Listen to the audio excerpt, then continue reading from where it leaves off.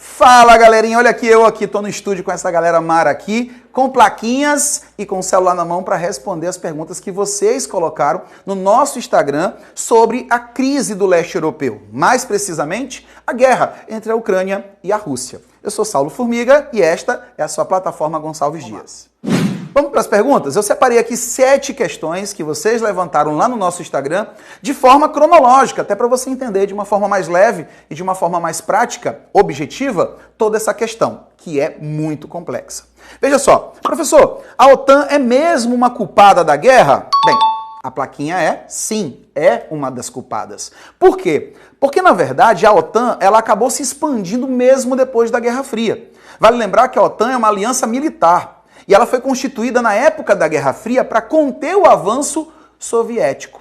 A União Soviética deixou de existir, mas mesmo assim a OTAN continua firme e forte. Hoje, para atender os interesses ocidentais, mais precisamente dos Estados Unidos. Então, a expansão da OTAN queria, na verdade, limitar a zona de influência da Rússia. Isso mesmo. A preocupação dos Estados Unidos era, e sempre foi, limitar a zona de influência da Rússia, que depois da Guerra Fria acabou ficando em frangalhos. A economia russa, a política russa praticamente ficaram sorrateiras, ficaram superficiais. De lá para cá, houve um crescimento e depois que Putin assumiu o governo, a Rússia voltou para o cenário internacional, para o bem e para o mal. Então, a OTAN é a culpada? É, porque essa expansão para cima das fronteiras russas acabou criando uma espécie de ultimato. Putin, por exemplo, percebia que a Ucrânia paquerava com a OTAN e sabia que se a Ucrânia adentrasse a aliança, isso colocaria em risco seus planos econômicos e geopolíticos. Então, sim, ela foi uma das causas. Professor, a Ucrânia é neonazista? Eu aposto que você ficou com dúvida nessa resposta. Eu poderia colocar a plaquinha certo. Eu poderia colocar a plaquinha errado. Eu vou colocar as duas. Na verdade, quando você diz que a Ucrânia é neonazista, você está dizendo que o país, a ideologia defendida pelo país é neonazista. E isso não é verdade. Então, para isso, a gente coloca falso. O que acontece é que dentro da Ucrânia, assim como em vários países, inclusive no próprio Brasil, nós temos movimentos independentes que acabam convergindo para as ideias neonazistas. Então, sim, existem no Brasil células que se intitulam neonazistas. Existe no Reino Unido, nos Estados Unidos e também na Ucrânia. O problema é que na Ucrânia, esses neonazistas foram utilizados como um braço armado, uma espécie de milícia, e que era usada, inclusive, para tentar expulsar os separatistas lá do leste ucraniano. Você deve ter ouvido falar, evidentemente, do movimento da Crimeia, separação em 2014, e você lembra do movimento de Donbass, que foi agora em 2022, mas que vem desde 2014. Por que dessa separação? Por que desses movimentos separatistas? Porque o leste da Ucrânia, etnicamente falando, é de maioria russa. Então você tem uma vontade dessa população do leste ucraniano de se vincular à Rússia, enquanto o oeste ucraniano, principalmente aquela região ali de Kiev, que é a capital, com vontade de se ligar politicamente, socialmente à União Europeia. Então, gente, desde a queda da União Soviética, a independência da Crimeia, de 91 para cá, a Crimeia tem dividido seus interesses. Uma parte da população ucraniana quer se vincular à Rússia e a outra parte quer se vincular à União Europeia. Então, evidentemente, isso iria trazer conflitos internos. Terceira pergunta. Professor, Putin quer ocupar os territórios que eram da antiga União Soviética? Falso, gente. Segundo os especialistas, o interesse de Putin não é redimensionar a Rússia para que ela ocupe as áreas que antes eram da União Soviética. O que se diz é que Putin vai ocupar regiões que são economicamente estratégicas. Mas, Saulo, a Ucrânia é estratégica por quê? Bem, primeiro pelo grande desenvolvimento nuclear que ela possui. Vale lembrar que a maior usina nuclear da Europa está na Ucrânia, sem falar em Chernobyl. Agora, além disso, a Ucrânia tem saída por Mar Negro, a Ucrânia tem o litoral no Mar de Azov e a Rússia não tem portos em águas quentes. Significa que os portos russos eles congelam no inverno. Então o Mar Negro é interessante porque é por lá que eu tenho um abastecimento, por exemplo, da Europa, via gás natural.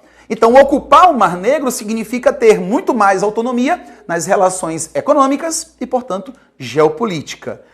Olha só, edição, coloca aí aquele preto e branco. Coloca aquele reczinho aqui em cima para mim, porque eu vou dar aqui uma dica para você que está estudando para o Enem. É bom lembrar, gente, que a Europa depende do gás russo. Cerca de 40% de todo o gás consumido na Europa vem da Rússia. E é exatamente esse mecanismo que está sendo utilizado bem aí nesse confronto de ideias. A Europa há muito tempo vem lutando contra a energia nuclear, pelos riscos e pelos custos. E achou no gás natural russo algo de baixo custo e de relativa relevância. Então isso, evidentemente, ainda vai trazer muita diplomacia para o jogo. Okay? Pois é, então pode voltar o colorido, me deixa aí colorido e com filtro, com as minhas plaquinhas coloridas para explicar isso para você. A Crimeia tem relação direta com essa guerra? Sim, tem. É bom lembrar que a Crimeia foi uma das primeiras partes, foi a primeira parte a se separar da Ucrânia, lá em 2014. Isso tem tudo a ver com as revoluções que ocorreram em boa parte do leste europeu, assim como no Oriente Médio, que são as revoluções, entre aspas, coloridas. No caso da Ucrânia, movimentos separatistas foram exaltados. Naquele momento, a União Europeia queria abarcar a Ucrânia, mas o governo ucraniano, que era pró-Rússia, não permitiu. A população da Ucrânia, como eu já te falei, boa parte dela quer se vincular à União Europeia, mas na época, 2014, o governo não autorizou. A população, portanto, foi às ruas e exigiu essa ligação. 90 dias depois desse movimento, o presidente caiu.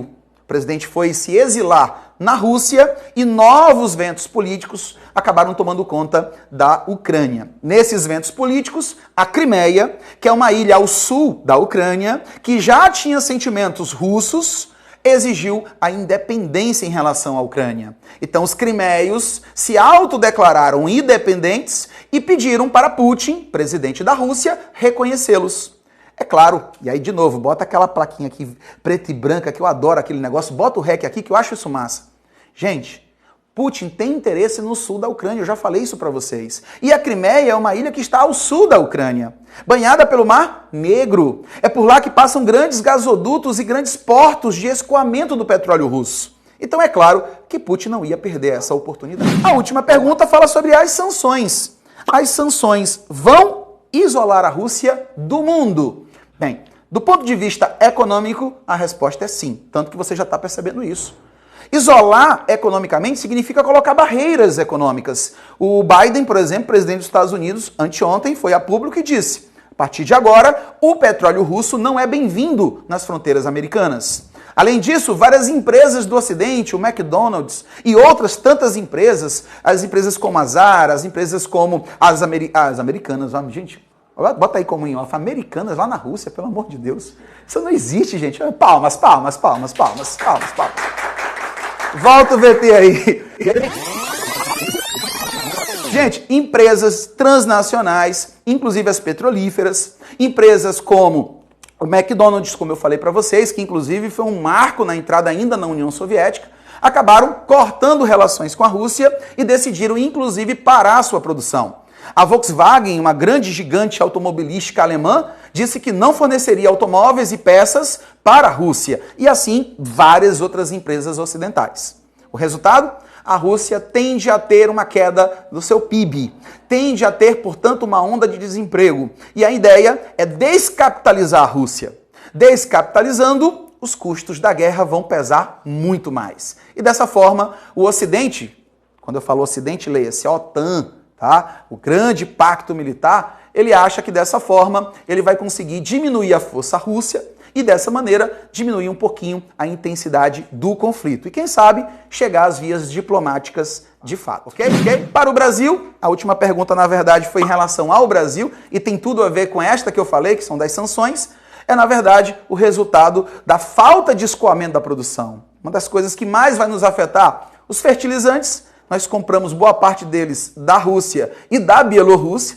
Os dois, na verdade, estão na área do conflito e, com isso, não conseguem escoar a sua produção. Então, quer dizer que nós não vamos ter os fertilizantes na quantidade e no preço adequado. Então, isso pode afetar nossa agropecuária, em especial nossas commodities como a soja. E vale lembrar que o Brasil tem boa parte da sua economia nessa exportação de grãos. E sim, o petróleo aumentou de preço exatamente em função do conflito entre Rússia e Ucrânia. Vale lembrar que a Rússia é uma das maiores produtoras de petróleo do mundo e a falta do petróleo russo em função das sanções vai fazer com que a quantidade do produto no mercado mundial diminua e dessa maneira o preço suba, ok? Saulo Formiga, até a próxima.